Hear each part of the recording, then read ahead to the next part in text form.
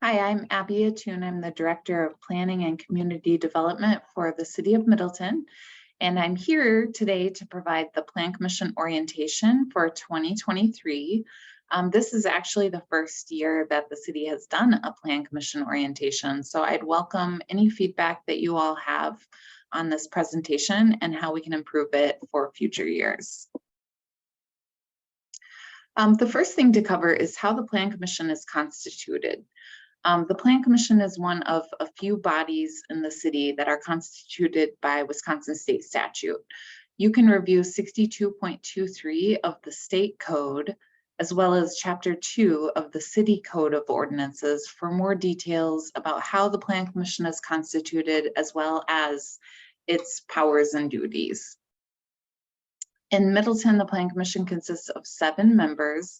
They include the mayor, who serves as chair and presiding officer, an alderperson who is presiding officer in the mayor's absence, the chair of the Parks, Recreation, and Forestry Commission, and 4 citizen members who are appointed for 3-year terms commencing on the first day in May following their appointment.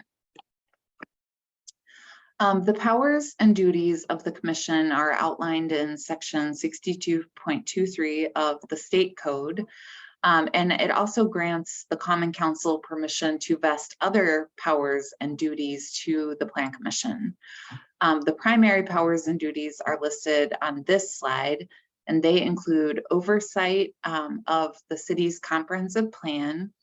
The comprehensive plan guides the physical development of the city and is required under Wisconsin statute 66.1001.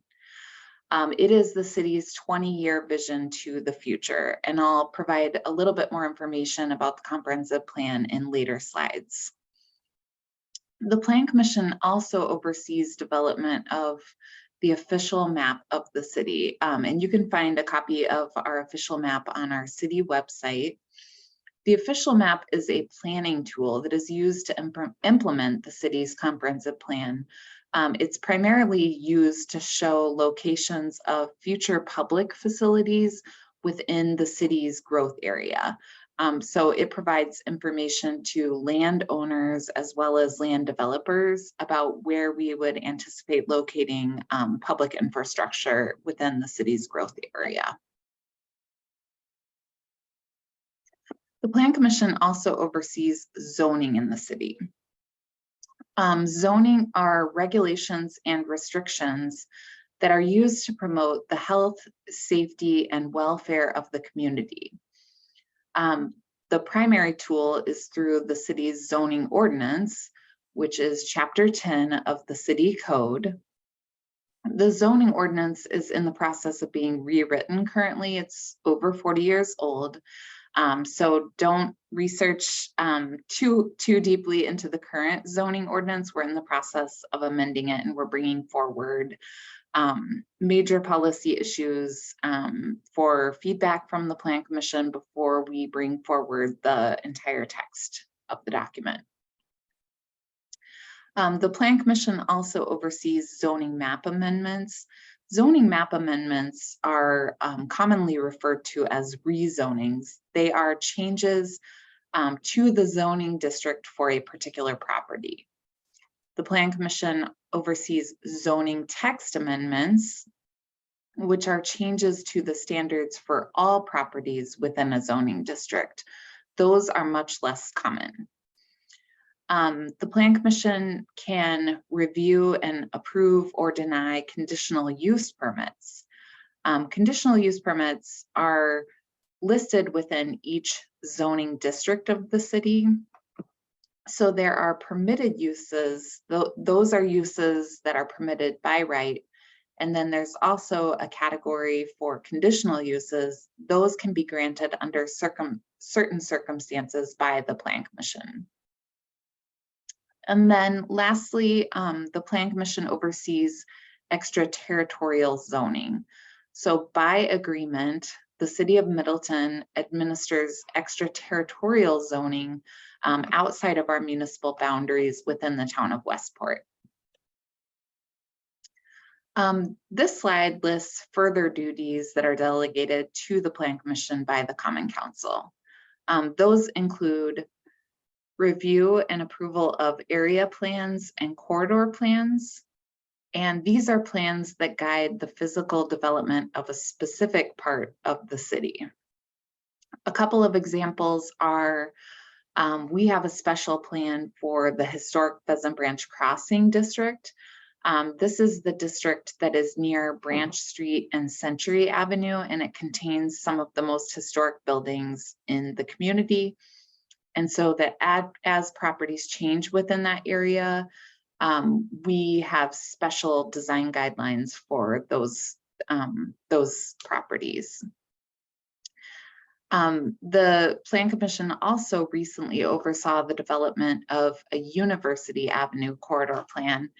And the University Avenue corridor plan also contains design guidelines that are special for University Avenue, but it also includes city capital improvements that we would expect to make to improve that corridor. The Plan Commission oversees land division. So this is when somebody wants to subdivide a property, either in the city of Middleton, but also we have extraterritorial approval jurisdiction for divisions of property in portions of the towns of Middleton, Springfield, and Westport. This is all outlined in Chapter 19 of the City Code of Ordinances. And then the Plan Commission performs design review. This is for commercial properties that are proposing changes to the exterior of a building or also to the site. So this can include architectural design review, landscaping, lighting, and signage in conformance with the city's zoning code, sign code, and lighting code requirements. The City of Middleton offers concept review for projects that are in an early stage of development. These are typically projects that are going to require a zoning map amendment or a rezoning. And this offers developers an opportunity to bring forward an early concept for feedback before they get too far into developing their plans for a particular project. Concept review is non-binding on the city. So that means even if the Plan Commission approves something in concept, it does not obligate the Plan Commission or the Common Council to approve a rezoning for that project. And then tax increment financing, or TIF, is the primary economic development tool that municipalities in the state of Wisconsin have. And the Plan Commission reviews the creation and amendment to tax increment districts, or TIDs. The Plan Commission does not review individual requests for TIF assistance for a particular project. In early 2020, the City of Middleton approved a new TIF policy, and it assigns that role to the city's finance committee, where the finance committee can go into a closed session meeting to review detailed financial information about particular projects. So I mentioned I would come back to the city's comprehensive plan.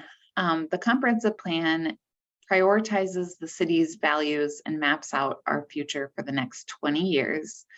Our current comprehensive plan was approved in 2021, and it was amended in 2022. We are also in the process of updating the comprehensive plan right now in 2023. State law requires that official maps, as well as the zoning ordinance and zoning map and subdivision ordinance, must be consistent with the approved comprehensive plan. It is also best practice for the review of development applications, as well as corridor and district plans, to be consistent with the city's approved comprehensive plan. The comprehensive plan includes the city's vision, as well as 7 community values that are woven throughout the document. These 7 values are things that our staff heard many times throughout the extensive public engagement process that were important to our community. I mentioned that Wisconsin statutes have certain required elements for comprehensive plans. The required elements are listed here in the purple on the left-hand side, and on the right side, you can see the chapters of our comprehensive plan that satisfy these required elements. Our plan has 8 elements, 8 goals, 45 strategies, and over 225 actions. And you can learn more about this through the annual review process, where our staff puts together an update for the Plan Commission and the Common Council on where we stand in achieving these various actions. One primary component of the city's comprehensive plan is it contains the future land use map, or the FLU map of the city. This map assigns a future land use to every single parcel of land in the city. As you can see, over half of the city is shown in yellow, and that classification refers to established neighborhoods. These are neighborhoods where they are primarily single family currently, but we may expect to see some minimal increase in density through things like accessory dwelling units, duplexes, and triplexes, but we would not expect wholesale changes to these established neighborhoods going forward. The FLU map is not to be confused with the zoning map, which is shown on this slide. The zoning map includes the current entitlements for all of the properties within the city. The city also administers over 70 planned development districts, or PDDs.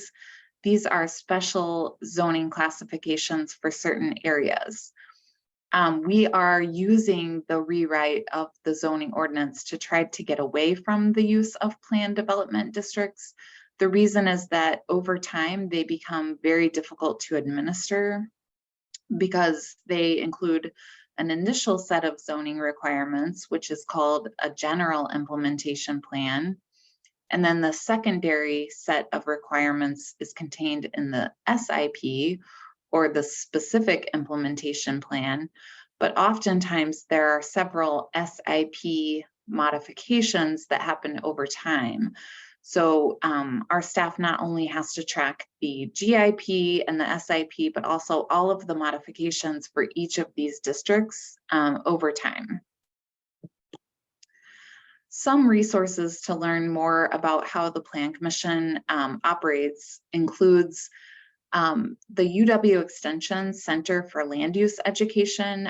This is out of the UW Stevens Point, and they issue a Plan Commission handbook that you can consult. The most current version that I can find was updated in 2012, but most of that information is still relevant. The UW Extension also offers an open meetings law checklist, a code of conduct, rules of procedure, as well as some video training opportunities. We used to send our Plan Commission members to in-person training through the UW Extension. They would offer those in the Madison area, but I think that they haven't been doing that since the pandemic. So you can get online and you can view some of the video training opportunities that they're offering. The Plan Commission also may employ experts as long as it is approved in the city budget. This is offered through state law. So if there is a particular project that you are reviewing and you do not feel like you have enough information to evaluate the project, the Plan Commission can consider asking for an expert to come in and provide additional information. The Plan Commission may also seek opinions from the city attorney. And we think the best source of information is contained in the city's staff reports. So we try to provide all of the relevant statutory information and information that is contained within the city's ordinances that help to evaluate a project. But we also provide hyperlinks within the staff reports. So if there's more detailed information that you want to seek out on your own, you can use those hyperlinks to get additional information. I just wanted to provide a little information about our city staff team in the Planning and Community Development Department. We have 4 full-time staff members. So that consists of myself as well as Mark Opitz, who serves as our city planner and zoning administrator, Daphne Shu, who is our associate planner, and then Kelly Hilliard, who is our city sustainability coordinator. We also have a half-time staff position who is our downtown events coordinator, but that position is currently vacant. The Middleton Common Council recently approved a strategic plan, and there are several goals within the strategic plan, many of which align with goals that are in the city's comprehensive plan. But the council recently went through a process to identify the top 6 priorities that they wanted our staff to focus on within the strategic plan.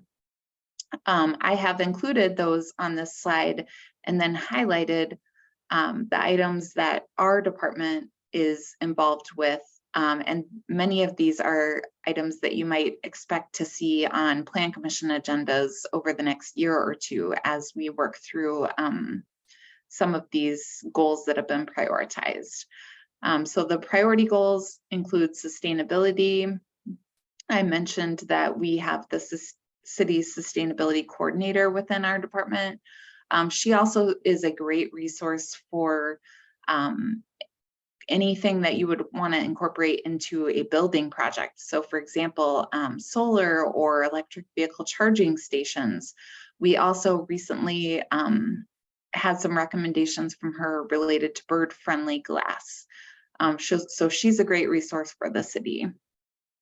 We also have the economic development component of the city through financial capital, and the council would like us to prioritize rebranding the business park and then also partnering to develop a business incubator in the city.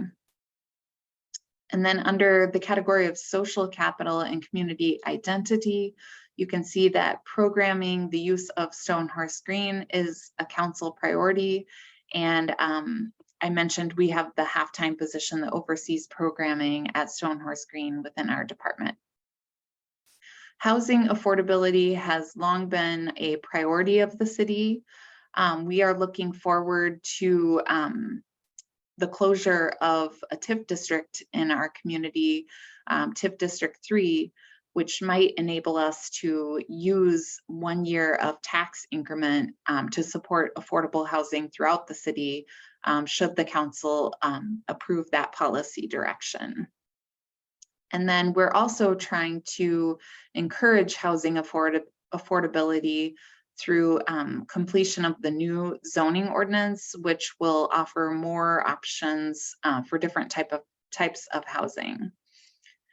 And then communications is a priority goal.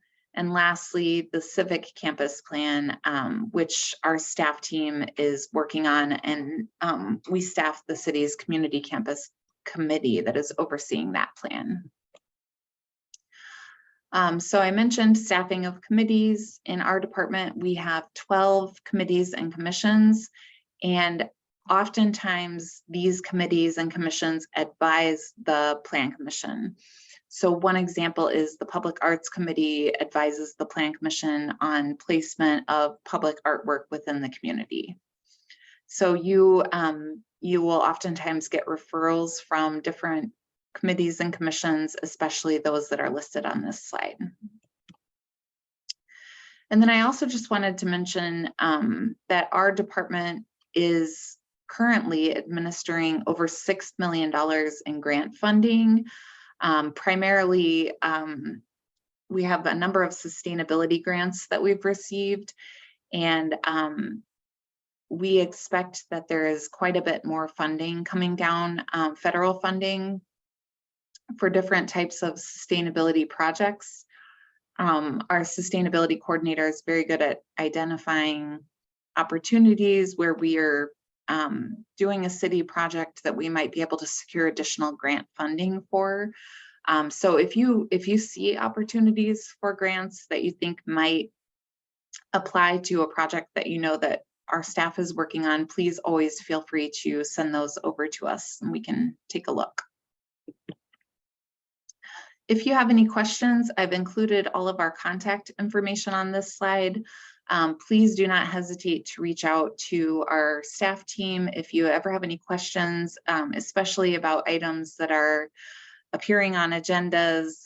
We always try to prioritize getting back to elected officials and commission members as quickly as we can, so that you can have all the information that you need to make an informed decision. And I've also included our general planning line and our general planning email on this slide. Thank you very much for listening to the orientation. And again, please don't hesitate to reach out to our staff with any questions that you might have.